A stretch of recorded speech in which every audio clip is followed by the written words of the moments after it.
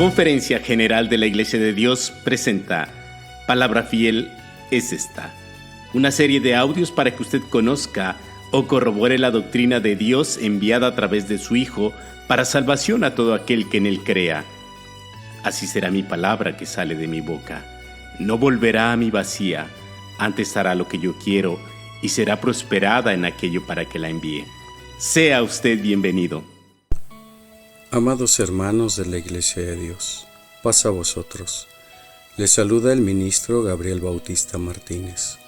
En esta ocasión, trayendo delante de ustedes el tema que lleva por título La senda de los justos, escrito por el ministro David Vázquez Cid de León, para el Heraldo de la Biblia, enero-marzo del 2008.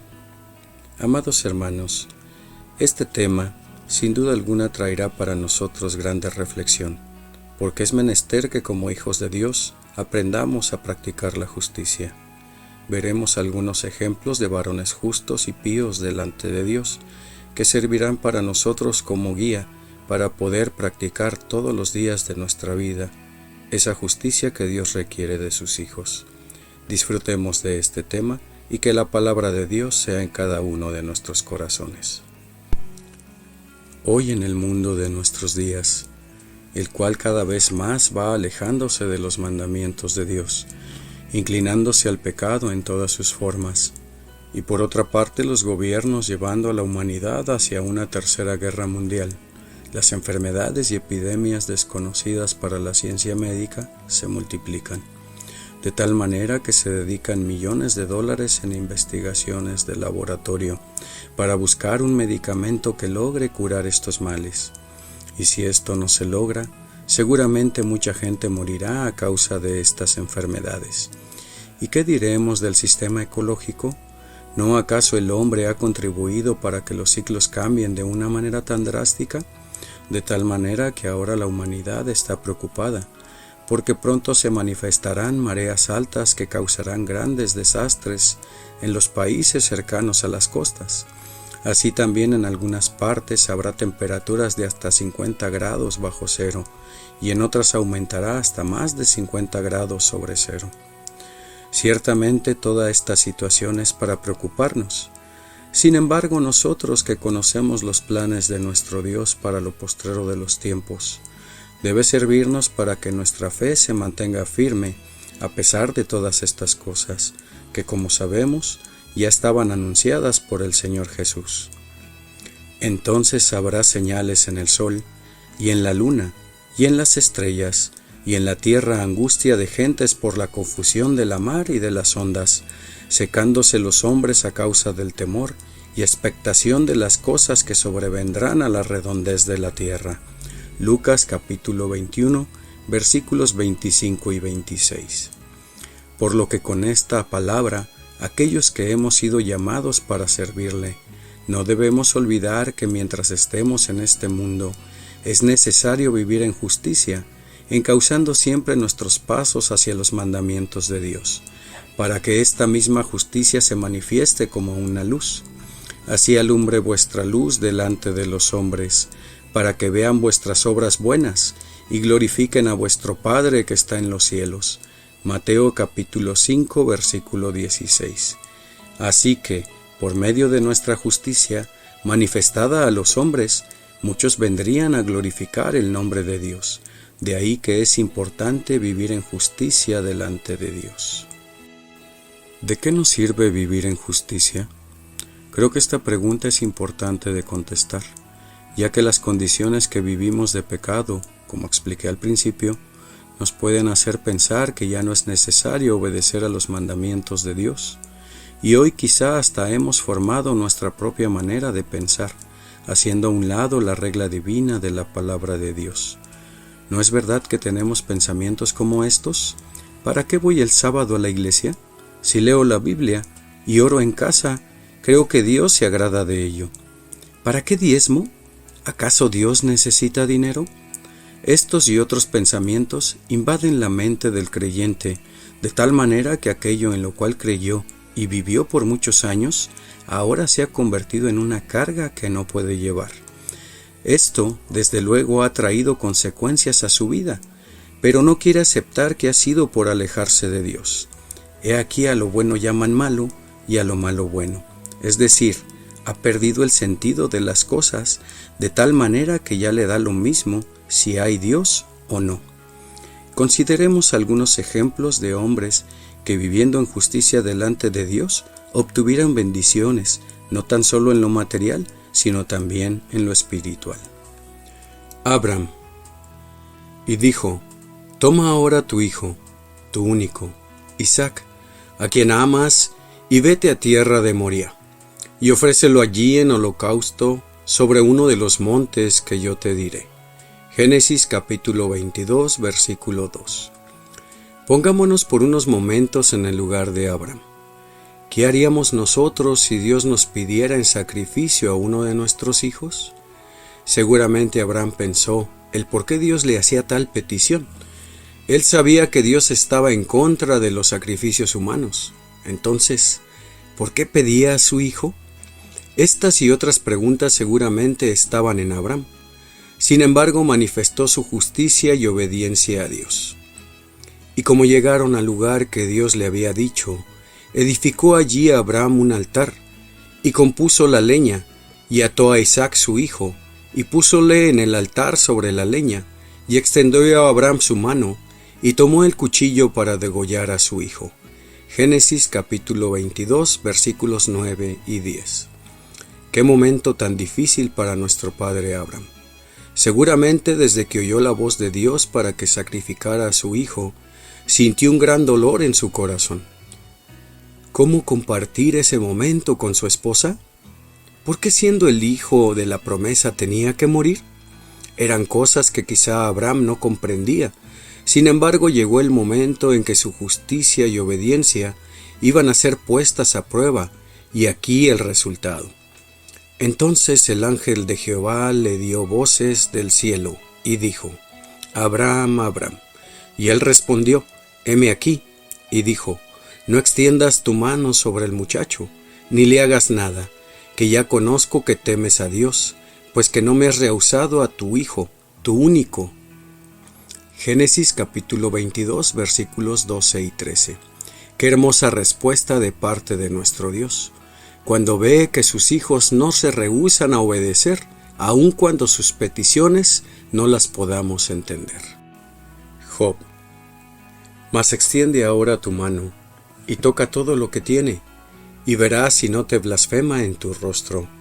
Job capítulo 1, versículo 11. En este pasaje encontramos a Satán pidiéndole a Jehová que le quitase todos sus bienes como una prueba a Job, para ver si blasfemaba el nombre de Dios. Job, como sabemos, era un hombre rico, y su hacienda era 7,000 ovejas y 3,000 camellos, y 500 yuntas de bueyes, y 500 asnas, y muchísimos criados, y era aquel varón grande más que todos los orientales. Job capítulo 1, versículo 3. Sin embargo, Job contaba con algo más importante que su riqueza material. Hubo un varón en tierra de Uz, llamado Job, y era este hombre perfecto y recto y temeroso de Dios y apartado del mal. Job capítulo 1, versículo 1. Para esto Jehová permite que Satanás quite a Job todos sus bienes, incluyendo a sus hijos. Lea por favor Job capítulo 1, versículos 13 al 19.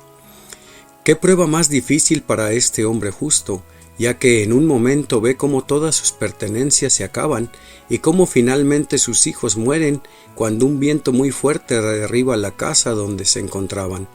Job recibe todas estas noticias muy seguidas, sin embargo su justicia le permite resistir este momento, de tal manera que no se vuelve contra Dios. Antes, al verse en esta situación tan adversa, manifiesta su perfección y temor a Dios, diciendo: Jehová dio y Jehová quitó, sea el nombre de Jehová bendito. Job capítulo 1, versículo 21. ¿Cuántas veces en los momentos de prueba y aflicción, cuando sentimos que Dios nos ha abandonado, renegamos y reprochamos al Señor nuestra condición? Porque no tenemos un trabajo bien remunerado, o padecemos alguna enfermedad grave, y nuestros hijos toman caminos equivocados, etc. ¿No nos damos cuenta que el Señor nos está llamando de alguna manera para hacernos entender que nos estamos alejando de Él? Luego entonces tenemos un ejemplo muy claro en Job, quien caminando en justicia y rectitud delante de Dios, después de este momento tan difícil, Dios le retribuyó en gran manera todo lo que había perdido. Job capítulo 42 versículos 10 al 17. Y no olvidemos que no tan solo le fueron quitados sus bienes materiales, sino que llevó en su carne una sarna que consumía su carne y para mitigar su dolor tomaba una teja. Job capítulo 2 versículo 7 y versículo 8.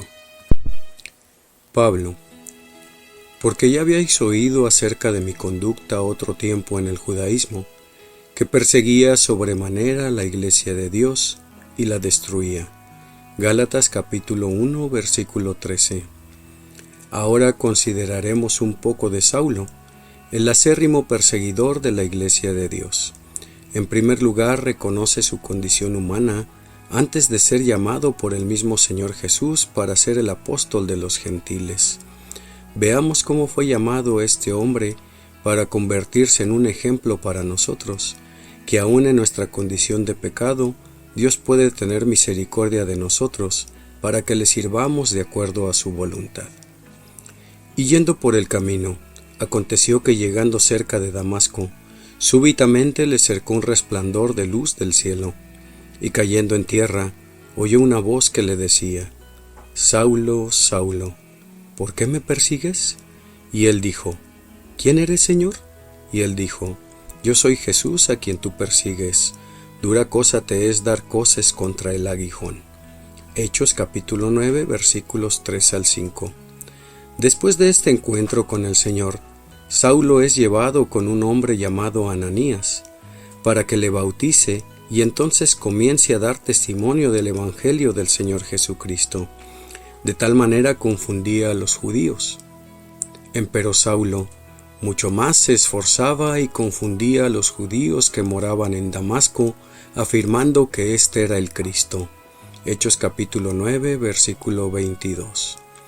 Ahora su vida había cambiado en forma drástica, de perseguidor a mensajero del Evangelio, y con ello comenzar a vivir en justicia y rectitud delante de Dios. Así, después de efectuar 4 viajes por Asia Menor, donde Pablo da testimonio de su conversión al Señor Jesús, la obra crece como consecuencia de la predicación de Pablo, y establece un ministerio que ayuda a esta noble labor que Dios había puesto en sus manos, por lo que todos esos años de trabajo, sintiendo el hambre, el frío, el calor y aún más desprecio de los de su misma nación, llega el momento en que su cuerpo ya no resiste más y entiende que el tiempo se ha cumplido. Entonces escribe estas palabras llenas de esperanza y seguridad en el Señor, las cuales nosotros debemos tomar en cuenta. Porque yo ya estoy para ser ofrecido. El tiempo de mi partida está cercano. He peleado la buena batalla. He acabado la carrera. He guardado la fe. Por lo demás, me está guardada la corona de justicia, la cual me dará el Señor, juez justo, en aquel día, y no solo a mí, sino también a todos los que aman su venida. Segunda carta del apóstol Pablo a Timoteo, capítulo 4, versículos 6 al 8. De esta manera, vemos cómo todos aquellos que caminan en justicia delante de Dios reciben grandes y ricas bendiciones. Tomemos el ejemplo de estos hombres que, pese a las adversidades que vivieron, hicieron uso de su justicia y temor a nuestro Dios. Aprendamos a andar en la senda de los justos, como dice el rey David. Porque Jehová conoce el camino de los justos, mas la senda de los malos perecerá. Salmo capítulo 1, versículo 6. Dios sea con usted, paz a vosotros.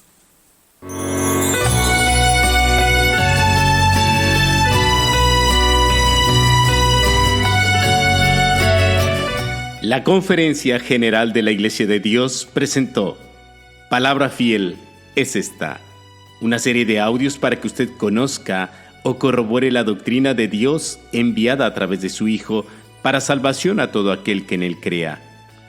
Así será mi palabra que sale de mi boca. No volverá a mí vacía, antes hará lo que yo quiero y será prosperada en aquello para que la envíe. Que Dios le bendiga. Paz a vosotros.